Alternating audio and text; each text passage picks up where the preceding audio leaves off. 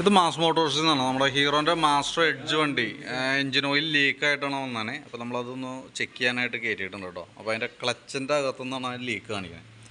നമ്മൾ നോക്കുമ്പോൾ അതിൻ്റെ ഈ ക്രാങ്ക് ഷാഫ്റ്റിൻ്റെ ഈ സൈഡിൽ തന്നെ ഓയിൽ സീൽ ലീക്കായിട്ട് ആ ഓയിൽ ചാടിയിട്ട് ഇങ്ങനെ ഒഴുകി തന്നെ ഉണ്ടത്. അപ്പോൾ അത് നമുക്ക് അഴിച്ച് മാറ്റേണ്ടത് ഈ ഓയിൽ സീലാണ്. ഓയിൽ സീൽ മാറ്റി കഴിഞ്ഞാൽ അത് ക്ലിയർ ആയിക്കോളും.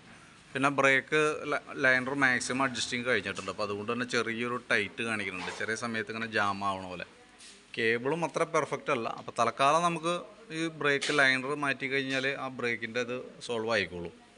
എന്നിട്ടും റെഡി ആയില്ലെങ്കിൽ മാത്രമാണ്, എന്നിട്ടും ഈ പ്രോപ്പറായിട്ട് ക്ലിയറായിട്ട് വർക്ക് ചെയ്യാനുള്ള സ്മൂത്ത്നെസ് ഇല്ലെങ്കിൽ മാത്രമാണ് നമ്മൾ കേബിൾ മാറ്റുന്നതിനെ പറ്റി നോക്കിയാൽ മതി.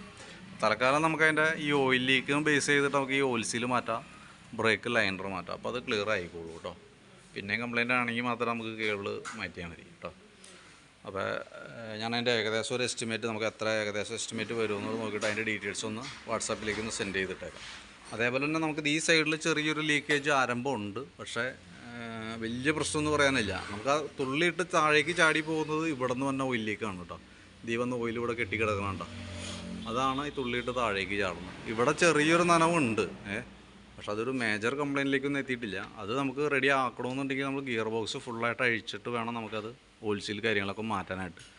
അഴിച്ച് മാറ്റുമ്പോൾ നമുക്കത് ഓയിൽ സീൽ മാത്രമല്ല, അഴിക്കുമ്പോൾ നമുക്ക് അതിൻ്റെ ഗ്യാസ്കറ്റ് കംപ്ലയിൻ്റ് ഉണ്ട്, ഗിയർ ഓയിൽ മാറണം, ഗിയറിൻ്റെ ഓയിൽ സീൽ, ബെയറിങ് കാര്യങ്ങളെല്ലാം മാറ്റിയാലാണ് അത് ക്ലിയറായി പോകുള്ളൂ. അപ്പോൾ തൽക്കാലം നമുക്കിതൊന്ന് റെഡിയാക്കാം. അതിന് ശേഷം നോക്കിയിട്ട് പിന്നീട് എപ്പോഴെങ്കിലും കംപ്ലയിൻറ്റ് കാണിക്കുകയാണെന്നുണ്ടെങ്കിൽ നമുക്ക് അഴിച്ച്, കൂടുതലായിട്ട് കംപ്ലയിൻറ്റ് കാണിക്കുകയാണെങ്കിൽ മാത്രം നമുക്കത് അഴിച്ച് ചെയ്താൽ മതി കേട്ടോ. അപ്പോൾ ഗിയർ ഓയിൽ കാര്യങ്ങളൊക്കെ നമ്മൾ ചെക്ക് ചെയ്തേക്കാം. താഴെ ഓയിൽ ചാടി പോകുന്ന കംപ്ലയിൻറ്റ് ഈ വന്ന ഓയിലിൻ്റെയാണ് കേട്ടോ. അതേപോലെ തന്നെ എഞ്ചിനകത്ത്, അത് എഞ്ചിനിൽ നിന്ന് വന്ന ഓയിലാണ്. അപ്പോൾ നമുക്ക് അതിൻ്റെ എഞ്ചിൻ ഓയിൽ ഒരല്പം ടോപ്പ് അപ്പ് ചെയ്യേണ്ടതായിട്ടും വരും. ഓയിൽ ലെവൽ ഒരല്പം കുറവ് കാണിക്കണം കേട്ടോ. അപ്പോൾ അതും കൂടി ക്ലിയർ ചെയ്തേക്കാം. ഓക്കെ. അപ്പോൾ അതിൻ്റെ എസ്റ്റിമേറ്റും ഡീറ്റെയിൽസും വാട്സാപ്പിലേക്ക് ഇട്ടേക്കാം. നോക്കിയിട്ടൊന്ന് റിപ്ലൈ ഇട്ടാൽ മതി.